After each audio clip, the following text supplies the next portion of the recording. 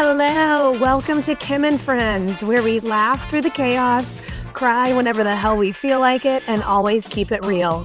Because as women, the conversations we have and the stories we share behind closed doors need to be heard out in the wild. I'm Kim, and I appreciate you taking the time to listen today. I really hope something resonates with you.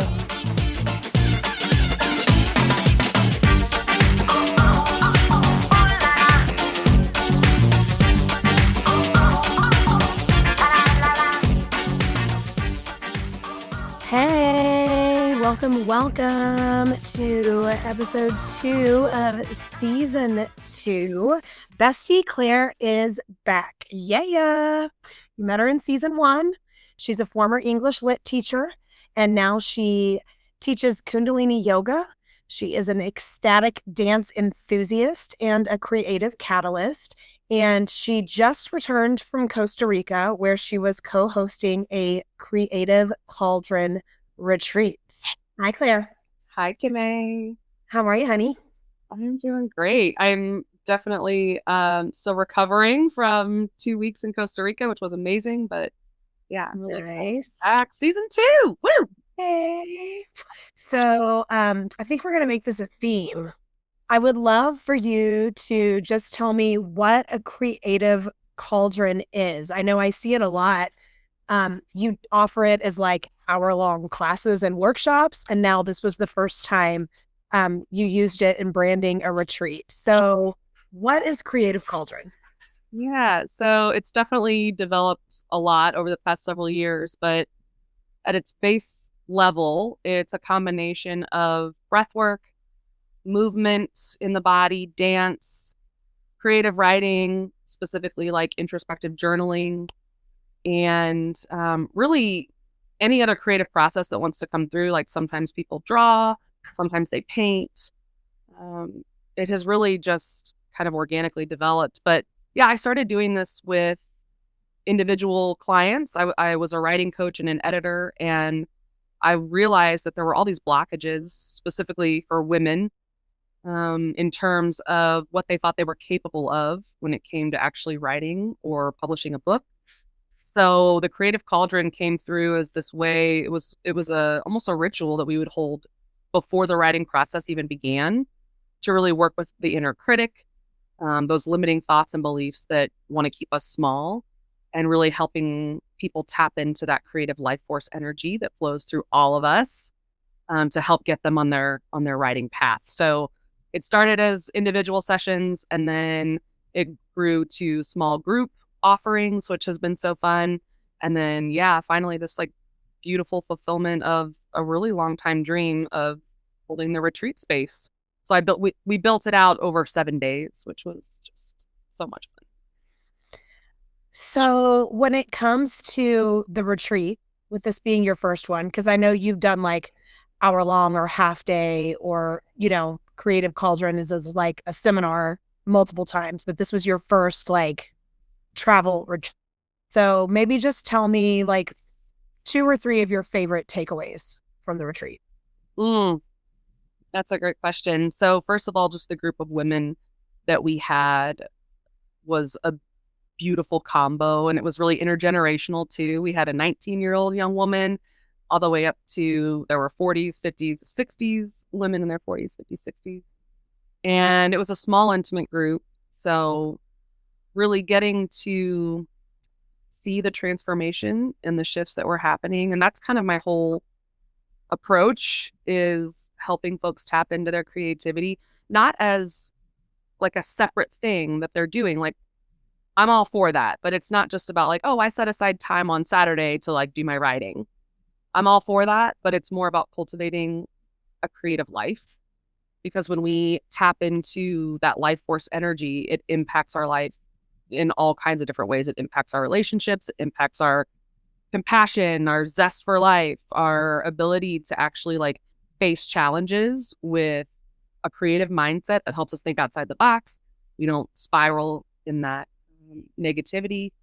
So it really is like an all-encompassing thing. And so just to watch these women work with their inner critic and shift things that were keeping them and preventing them from really stepping into their fullest creative expression of who they are was probably the greatest gift. I mean, that's the beauty of you're guiding people and you're teaching, but really, like, I received so much just from watching these women's process and their vulnerability. So the end product is geared towards writing, correct?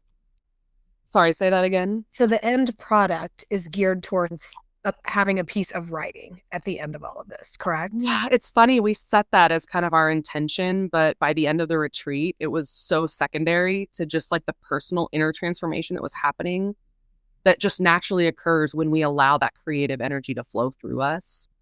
It naturally just like removes blockages and really parts of us that aren't working for us. And it brings our awareness to those parts that are keeping us trapped in negativity or keeping us trapped in just viewing ourselves in a really limited way. So yes, everyone ended up with a really beautiful piece of creative writing that we kind of worked on throughout the week. Some were poetry, some was fiction, some nonfiction. But yeah, in the end, I was like, I'm glad that this was a byproduct of that, but it wasn't really what the retreat was about at all, which is so funny because I was like, oh, we really want to give them like a finished product, like we really want to give them the value of having a finished product. And then it was just the lesson of like, it's not about the finished product. It's about the whole process and then like the skills and the tools that they're going to take home with them to keep cultivating that creative life. So that was an interesting insight. Okay, well, that's interesting that you say that though, because correct me if I'm wrong, but you started thinking about offering these creative cauldrons and it sort of was born out of the work that you started out doing with me so many years ago when I was gonna write a book. Yes. And you talk about there being an end product and like, I still have not written that book. Oh, it's gonna happen. Don't you worry. It's gonna happen. But you did, sort of create so many systems for me and put so many tools in place for me that did knock down a lot of those blockages, not in a way that they don't still live inside me, but I feel like I have tools now when the insecurity creeps up or when the negative voice is sort of creating a writer's block or getting me out of my creative flow that I'm like, well, what would Claire tell me to do? Or maybe I just need to, move on to some other creative project, like rearranging a room or hanging pictures on my wall. And that's going to like break down that barrier and allow me to get back to the writing. Yeah. I love it. Will you talk a little bit about like when you first started working with me and what sort of led you to want to do this more? Well, that's the beauty of our friendship, first of all, and just you inviting me into your creative process. So thank you for that, because not only was it just so much fun to do with you, but it helped me start developing the skills I needed to help other people doing the same thing that you're doing. And so much of what you brought up in our conversation is just a universal issue for creators across the board. It's like, I don't have the time to sit down and write. I want to make a regular writing practice, right? But I'm struggling with the accountability for that. Or sometimes I feel super inspired. Other times I don't, and I just love watching because your creative inspiration is so potent and powerful. It's like, you won't write for weeks, months, and then inspiration will strike and it just like flows through you onto the page. And I just love that. I love watching that and, watching you light up when your creative inspiration is flowing. I think I used to say all the time that it falls out of me. Yeah. But this most recent creative breakthrough that I had, like literally a few days ago, this is going to sound negative, but it was like so strong. It was like it projectile vomited out of me. Like, It was like brewing and brewing and brewing in my mind, like while I was actually having to physically do my job so I couldn't sit down and write. So by the time I did, I sat down at like 2:09, wrote it all, and was like in the pickup line to get my son by 3 and had like, I mean, it's meant to be heard. So it's like when I was writing it, I knew it was supposed to be received by being heard. But it's like I read it to record it last night, and it's like 4.5 minutes long. So it was like 18, 22 minutes. And and I've revisited it and like tweaked it a little bit, but the general structure of it is the same. The message has not changed. It's just like little removal of words and shifts, that happen in editing. So yeah, that's definitely my process. Like, I just love it because and most of us know that creative flow feeling, like there's no high like it, really. oh my gosh. Yeah. And then afterwards, you shared it with me and your husband, Daniel, and we were just in awe and cracking up that, like, oh, you just took 20 minutes to write that. Like, must be nice. I like slave over every word over here. But that's the difference, too. That's why I called it Creative Cauldron, because it's really about creativity in and through the body, building the cauldron or the vessel to allow that creativity to flow. And there's a difference between showing up and cultivating your creative life on a daily basis as like a regular practice.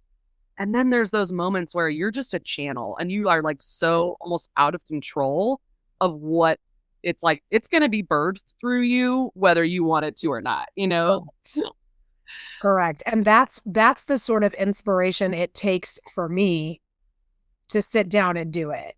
Like Yeah. it has to like take over me to where I'm not going to be okay until I get it out.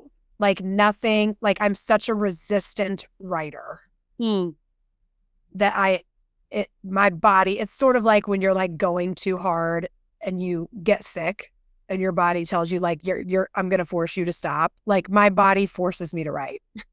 I love that because creativity is physical.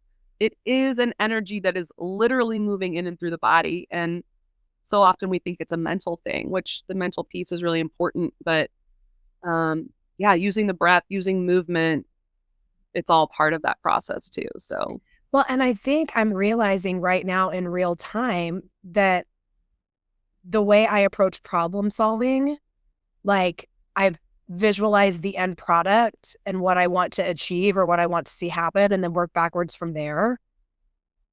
Specifically with this piece of writing, which I'm not going to be a gatekeeper. I'm doing something with it. I'm going to put the writing up. It's a whole thing. So I will share it with everyone when it's ready.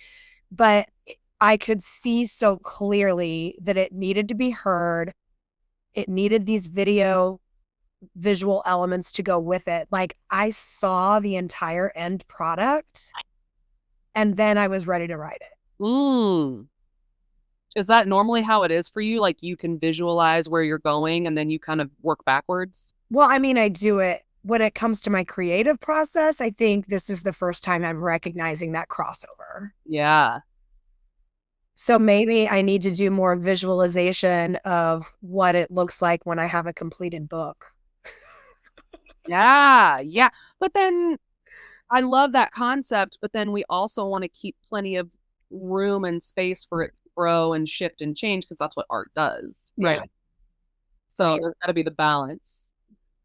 Okay. Well, I'm sure there's going to be future Creative Cauldron opportunities here in St. Louis or maybe online for anybody who would like to work with Claire or connect with Claire. And I'll talk about more of that at the end. But now I want to get back to some more like personal life stuff. If Let's that's do it. Yeah. So when you were on the first episode, I think it was like the end of summer that we recorded. And we were sort of like talking about how you had been like going through some shifts and some changes and things were, you had relocated temporarily. And then now here we are, 5 months out from that move. And I'm just wondering if you would be willing to open up a little more about that life change. Yeah. Gosh, that feels so long ago and also like not that long at all. I was still too close to it to really talk specifically about it, but I'm in a different place now. So I, in June, separated from my husband of 11 years. And I came to St. Louis. I mean, Kim, you were one of the key factors in getting me back to St. Louis because you were like, my mom's gone for the summer, come stay in her house. You can take care of her property. And it was just like, oh my God, this is happening. Like, I can do this. I have a place to go. And so I came here temporarily, and then, Spirit just kept opening doors and just kept making connections with amazing people that invited me into different opportunities in the yoga world, and getting to work with um, people in the way that I really felt led to work with them, also like through the Creative Cauldron and other modalities like that. So there was this knowing in my body that was just like, I'm going to stick around in St. Louis for a while, which is so funny because I mean, if you would have asked me, 6 months ago, if that was even a possibility, I would have said absolutely not. I love St. Louis, but I left in 2018 and never saw myself coming back here, but it feels really good. It feels really right. Everything feels really aligned right now. So it's been a whole process. I turned 40 in January, and yeah. Well, we all know I'm happy about you.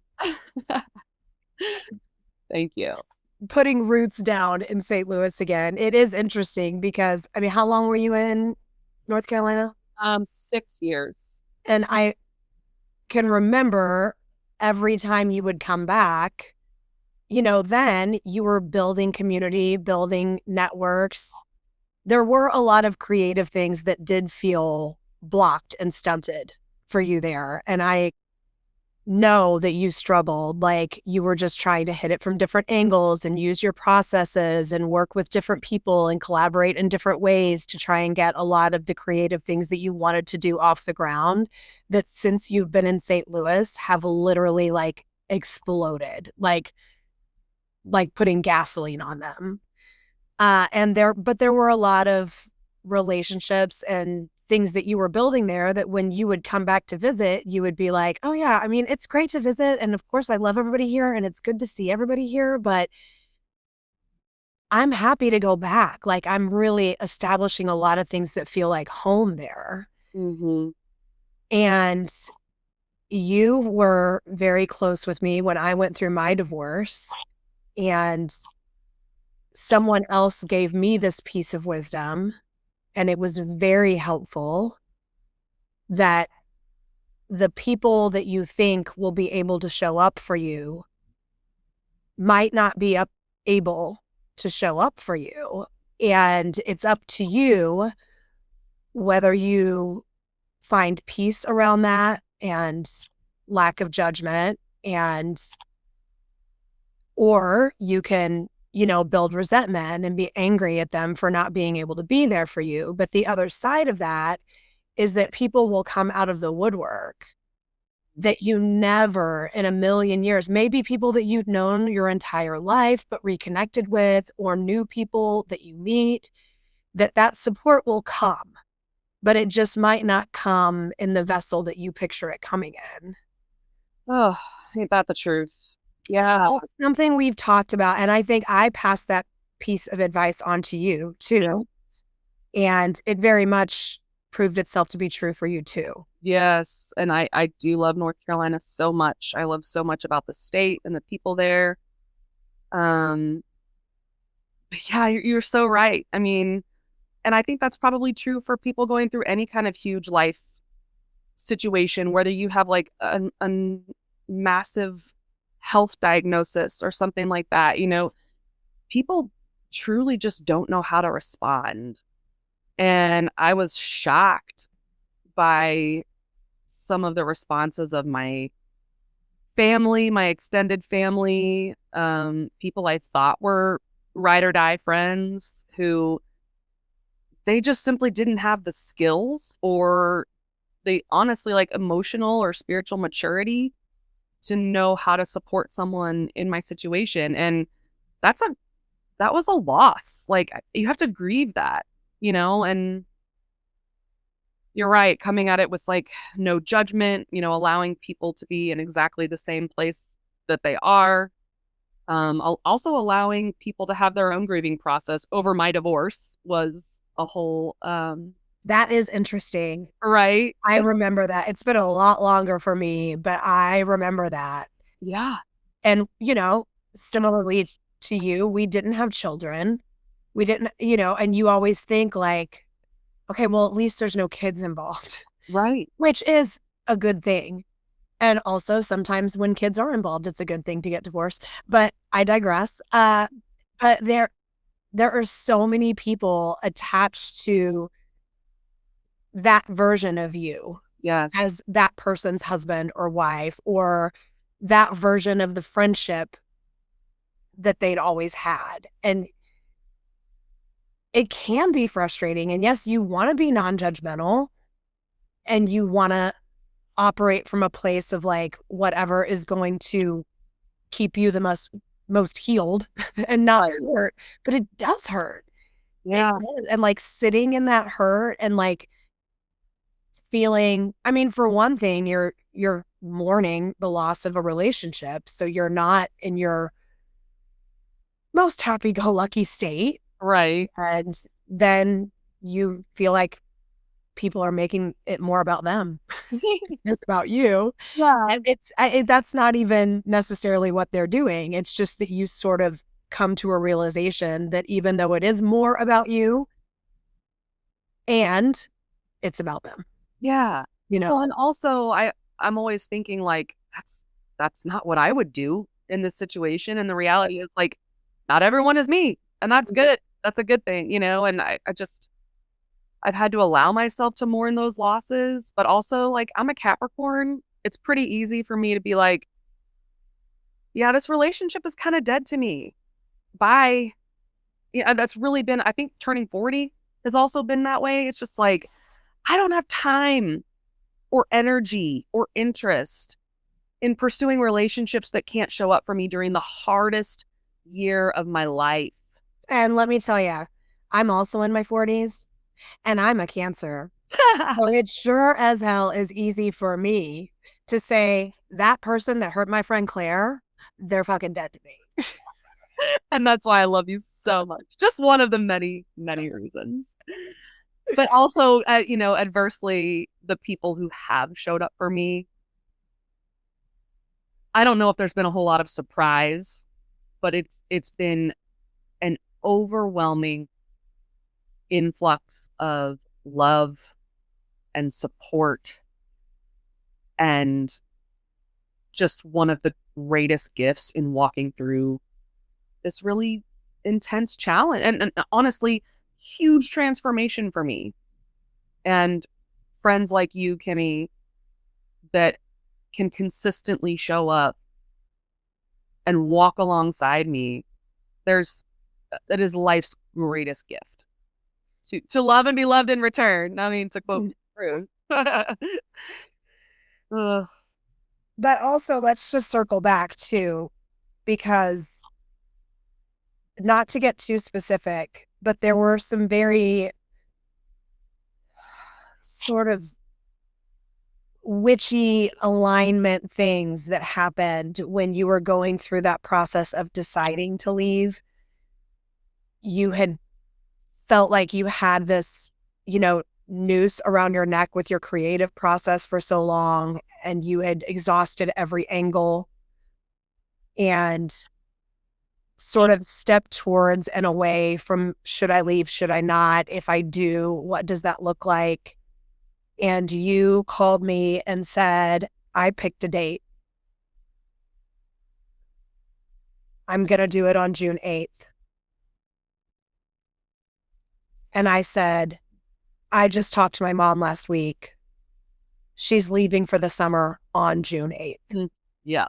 Yeah. Like her house was going to be empty for 3 months starting on June 8th. And through the course of events in life, I don't think it ended up being exactly that date. But the fact that Yeah. it just was like a portal opened.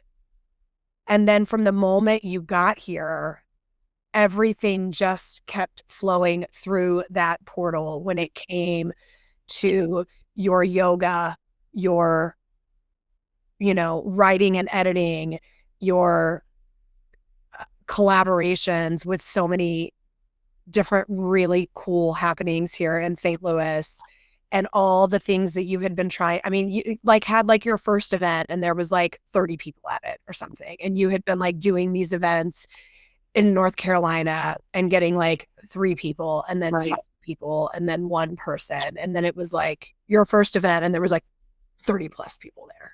Like, okay, maybe I needed, like, you were trying to like get this professional security so that you could leave, and that realizing that until you left, Yes. pathways weren't going to be open to get that professional security. Yes.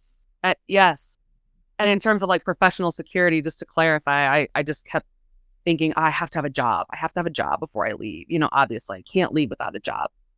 And to speak to the power of choosing what we know to be true for ourselves, regardless of the logic of it, right? Like in my heart, in my body, I knew for quite a while that this marriage was no longer right for me.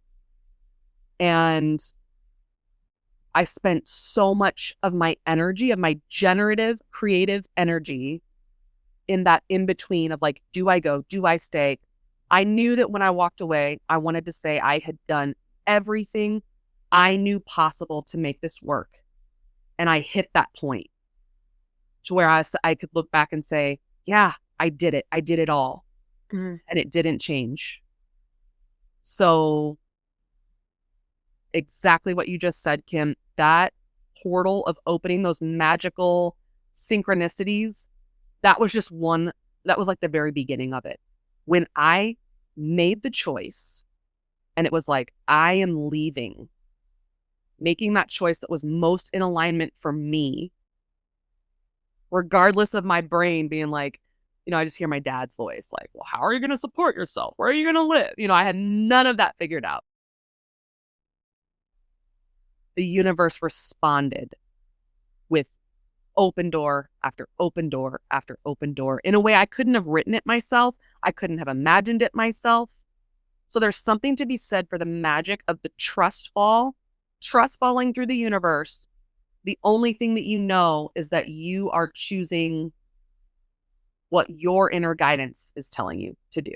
That intuition. Yeah. That's it. Yeah. And letting God, and I know that word can be triggering. By God, I just mean whatever force you believe we're co-creating this life with, work it out. And that's exactly what has happened. It's been so affirming. And it's through the power of my amazing community of incredible people that I couldn't have done any of this without. So, yeah. Wow. Well, yay. And it's just going to keep, you know what? When I have those moments of doubt, when I'm like, ooh, I think I'm supposed to go this way, but I don't really know. It's like, God just brings that back. And it's like, haven't you always been taken care of? Yes. Mm-hmm. Has the path not always rolled out in front of you? Yes. Even when I'm terrified, even when I can't see where I'm going, I'm not going to cry. It's just such a gift. And that is creativity. Every choice is a creative choice as we build our life. So beautiful. You're beautiful. You're beautiful. And so is your mom. Okay, so let's pivot. Let's talk about what books we're reading or have read recently. Yeah. You can start. I'll start. Okay, yeah, you go. I'll start. So I kicked off the year, and I do not recommend it. I do recommend the book. I don't recommend kicking off the year with it. Well, I don't read, y'all. I listen. So just know, if I say I read, I'm talking about I listened to it while I drove around in my car and took showers. You read with your ears. I read with my ears. When I read books, I fall asleep.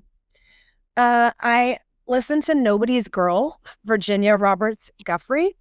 And if you are unfamiliar with who she is, she was one of Jeffrey Epstein's victims. And Probably should have gone with something a little lighter to ring in the new year. I have spent the better part of the last decade in denial and ignoring everything with that name attached to it. And the floodgates opened right up. And it's pretty harrowing. That's the understatement of the century. It's such a, I mean, if you just take the larger picture of Epstein out of it, just the predictability of what happens to women when they are wronged from a very young age. By a powerful man. Well, I mean, when she was young, it was, it was way predated Epstein.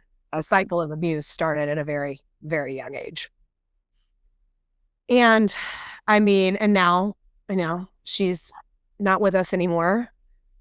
And I mean, it really is a beautiful story of trying to reclaim herself and her fight to take such horrific things and try and create something good out of it. So, damn. We'll say it's good for that, but it was like big. It was a lot. What drew you to that? Why did you finally decide to go down? My sister Ruthie read it and told me I should. Okay. So, you go. Well, it's funny. I was gifted this fiction book by one of the studio owners where I teach, and it was called Diana Herself, and it was really this allegory of this woman's kind of journey into reclaiming her personal power and her intuition and all of that. And I was reading through it and I loved it. I was really enjoying it. It was kind of mystical and magical. And at the same time, I'm reading this book called Beyond Anxiety by Martha Beck. Oh, yeah, no. Claire's one of those smart people that reads like 8 books all at one time. Well, I have to have nonfiction to start my day off, and then I have to end the day with fiction. But then I look at Diana Herself, and it's also by Martha Beck. And I'm like, oh my God. Oh, wow. 2 books by Martha Beck right now. But she is a psychotherapist. She's out of Harvard, I believe. She's a very smart woman. And Beyond Anxiety is a really, it's powerful, but it's also, she writes in a way that makes it super applicable to the average person. It's not like above our heads or anything like that. But she talks a lot about the way the brain functions and how the majority of society is set up to support left brain functioning, which if you don't know, like left brain is our more masculine brain, and it's where we do our logical thinking, our tasks, our this is where the 9 to 5 kicks in, right? And then our right brain is our more creative side and much more the feminine, free-flowing. But anxiety lives in the left brain, and we spend so much of our lives filtering through that lens. And so she really pitches creativity as the cure-all for anxiety. And she uses her story. She had crippling anxiety. So it's just a really powerful story that she weaves in with like science and different studies and everything. And then she actually has like practical practices that you can use to spark your own creativity. And also work similar to what I do with Creative Cauldron, like working with that inner critic, Well, yeah, isn't that just another name for anxiety? Like your inner critic is a symptom of your anxiety. Yeah. Negative self-talk, that's born from anxiety. Yes. And she helps you kind of separate your anxiety from yourself so that you kind of become the observer of it versus like my anxiety is who I am, or like whatever. So you're observing your thoughts and you're loving those thoughts and you're calming the amygdala in the brain, which is what's freaking the fuck out. And she gives you all these tools for self-soothing and to really kind of overcome a life that's really stunted by anxious thoughts. So it's beautiful, and it's going to work perfectly with everything that I do. So I'm really grateful for my friend Kat who recommended it, and also highly recommend Diana Herself. It draws on the myth of the goddess Diana, the huntress. She's got her bow and arrow. She's badass. So it's Diana herself, and then what was the other one called? Beyond Anxiety. Beyond Anxiety, and they're both by who? Martha Beck. And I love the story, Martha Beck's personal story. She was married to a man, I believe, and then ended up falling in love with a woman. So she left her marriage, ended up marrying this woman, and then she was so deeply in love, and her wife ends up falling in love with another woman. And Martha's response was like, I love that the person I love most in the world is in love. And so they like invited this other woman into their marriage, and now they're in this like beautiful throuple. So good for them. I know. Go, Martha.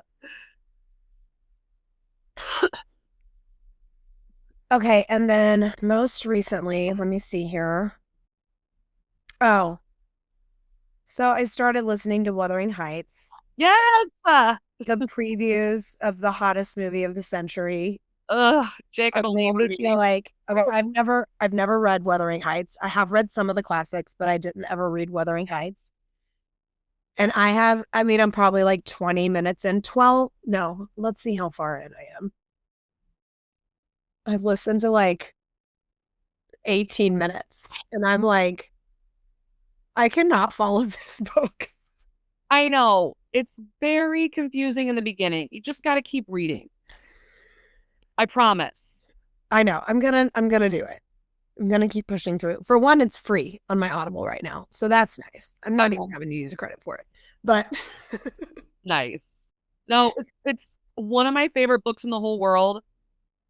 But first of all, it's layered, right? It's like a story within a story within a story, so that's why it's also confusing in the beginning. And everyone's names are the same, which is super annoying. But it's this like haunting obsession story, but it cracks me up that they're marketing this movie as the greatest love story ever told. Like, get the fuck out of here. All the characters are completely depraved. Like, you hate all of them. It is not the greatest love story. This is like very in theme with the classics, though. Like, totally. And that this is the struggle for me when it comes to the classics, is that it's just like, we could have wrapped this up in chapter 1.5 if somebody would have just told somebody how the fuck they felt. So true, but that's British lit, right? You can't be on the nose about it. You got to be mysterious. Right. Oh, I love it. Yeah, it's a good one though. Highly recommend. Although I was just telling you, I just went to the library, St. Louis libraries.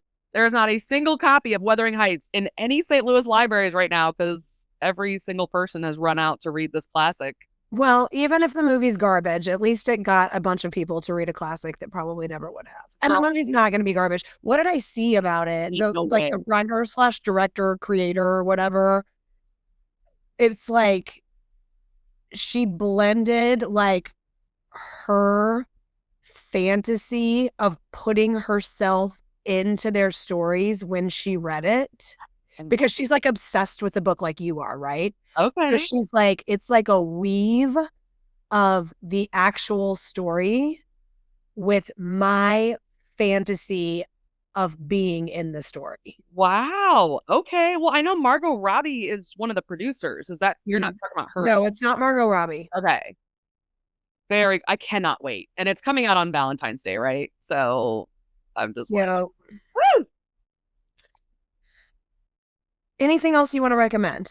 Were those the two books that you wanted to talk about?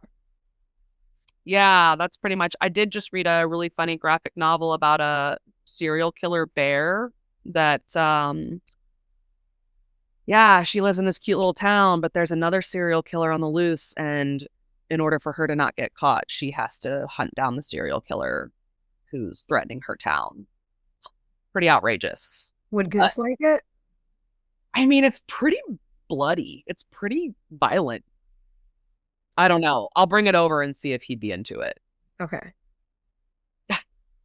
He just is all about these graphic novels, but he reads them all in like 5 seconds. So I need him to get into something that like maybe is a little more in depth and takes them a little bit longer so that I'm not constantly like, oh, we got to figure out another book. I know. And they're all the same price as normal books too. And you're like, I just read that in 2 hours. Cool. Right? I do love a graphic novel though. All right, I'll bring it over. You love all the books. What's that one you gave to Edna a while back? It was a graphic novel. It was so good. We read it together. It was a graphic novel? Yeah. It's like these weird creatures. I don't remember. That are like on like an escape journey together. Wow. Okay. Well, I'll have to follow up with y'all because very little information, but I'll get it. Okay. And I'll let everybody know about it. Okay. So I want you to tell everybody what you have going on in St. Louis. But first, I need you all to know that by the time you are listening to this episode, Claire and I will have flown to North Carolina on a morning, gotten in an Uber, gone to get a U-Haul, driven to one city in North Carolina, load up some shit, drive 2 hours to another city in North Carolina, load up a bunch of other shit. Next morning, bright and early, get on the road, drive said U-Haul, 13 hours back to St. Louis. Woo! And she will be officially relocated to the St. Louis area. She has an apartment. Yes. She will be rooted firmly in the ground for as long as I can keep her here, just around the corner for me. And huge shout out to Bestie Kimmy, because through this strange happening of events, I was supposed to do all of this last weekend. There was a massive storm, had to cancel the whole move. And I had a dream. I was having literally a mental breakdown, just like, I just want to be in my apartment. I want this to be over. And I dreamt that Kim flew out with me to North Carolina and helped me with this move. I was literally going to do this thing alone. And I woke up and it was like, duh. So I asked her if she would do this with me. She said, of course. She moved around her work schedule like the amazing woman that she is. And well, you've already had 2 like little mini moves. Yeah. And the whole time you were doing the mini moves, I was at home being like, this is just fucking ridiculous that I'm not helping Claire with this right now. Well, I didn't need that much help with just a few boxes. But it's like all along, like a knowing of like, at some point, I'm going to need to like draw this carriage home with her. Yeah. It's going to need to happen. And you're like, are you sure you're up for this? And I am like, I just think it's going to be a fucking blast. I'm like, yeah. What do you mean? We're having like a bestie comedy cross-country journey. Like, what about this isn't just going to be fucking fantastic? Like, if we're loading a U-Haul at 11 o'clock at night, I don't freaking care. Like, whatever. If we're going on no sleep, well, we know about going on no sleep, and I go on no sleep and take care of children and coach fitness classes, so I can certainly just like sit around and shoot the shit and laugh with you in a U-Haul.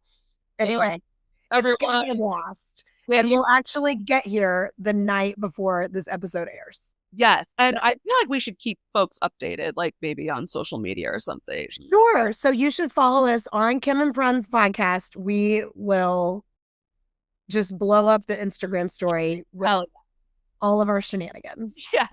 Yeah. Get you a bestie like Kim Brown, folks.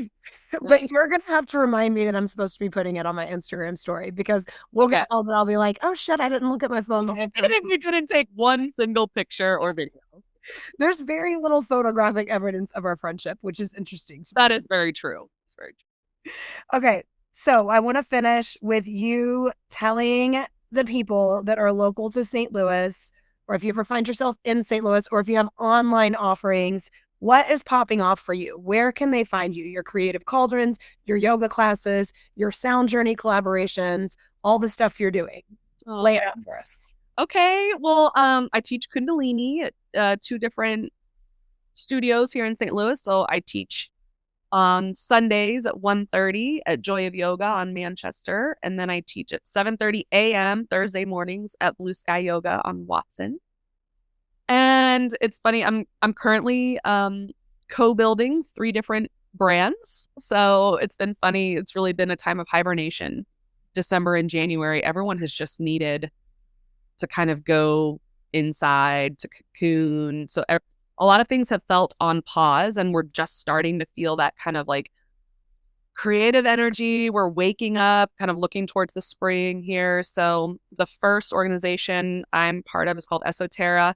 It's an online holistic women's community where you pay a membership and then you get all of these offerings on our calendar throughout the month. And it's yoga, breath work, meditation, all kinds of healing modalities that you can't even imagine.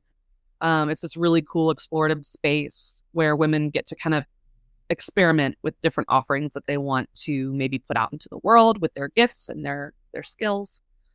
So through Esoterra, I'm teaching a course on the gene keys, which is this astrological system that really helps you understand kind of your life's work, your purpose, what you're here to learn, what you're here to do. So that's coming up in the spring. And I also offer the Creative Cauldron virtually, quarterly through Esoterra online. So that's nice because you can kind of do it from your living room if that feels better. And then I am hosting some song circles with my friend Kathleen at Joy of Yoga. That's, I believe, every second or third Tuesday. But all of this will be linked on my link tree if you want more info. And that's really fun because that's like, I'm a Reformed church girl. My favorite part of church was worship. So we get together and excuse me, we just sing a bunch of songs together, and it just gets us so lifted and like combining the power of all of our voices. It's a really special time. Yep. I thought I really loved Jesus, but it turns out I just really love live music. That's right. That's right. We all love worship. So you don't have to have a quote unquote good voice to join us. It's just a blast. And then I have recently been building a yoga brand with a dear friend. It's called Yin Yang Yoga. And we're currently in the process of just figuring out where we're going to call home. We offer this really lovely blend of yin yoga plus Kundalini. We co-teach the class together. We're working on our YouTube channel right now. So we're going to be putting out a bunch of free content for folks. And then lastly, I've been invited to build this lovely brand called Wake. And that's run by a woman, or founded by a woman named Lauren Davis. She has assembled this beautiful team of healers, practitioners, guides. And so that's going to be launching from her home in Imperial, Missouri this March. So it's going to be kind of a collective. Again, you pay a membership and you get all these offerings monthly.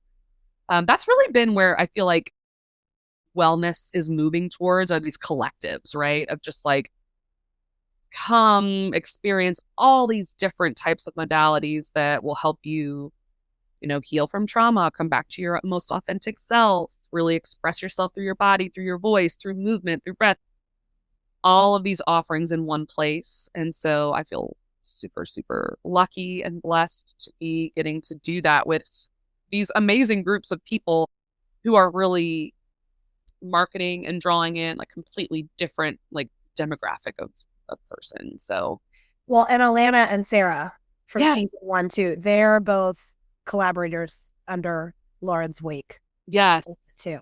Yeah. So I know that is a whole lot. If you did not catch any of that and you want to make sure you're up on the happenings with Claire, you can follow her at Claire Vessel on Instagram. It's ClaireVessoul.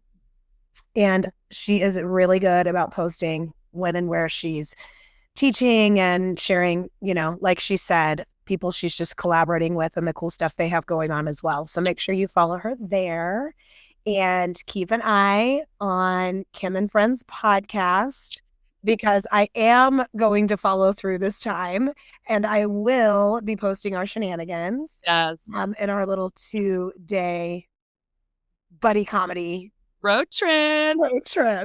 Woo! Great for us. All right. Well, love you all. Thank you so much for listening. I'll be back next week with another mini-sode. It's gonna be a good one. It's funny. I'm funny, and it's funny. If you're still listening, then you think I'm funny. So, what'd you say? I said you're one of the funniest people I know. I mean, you have to know that you're funny for other people to know that you're funny. All right. Well, we're going to get off here for now. Thank you so much. Have a good week. We love you.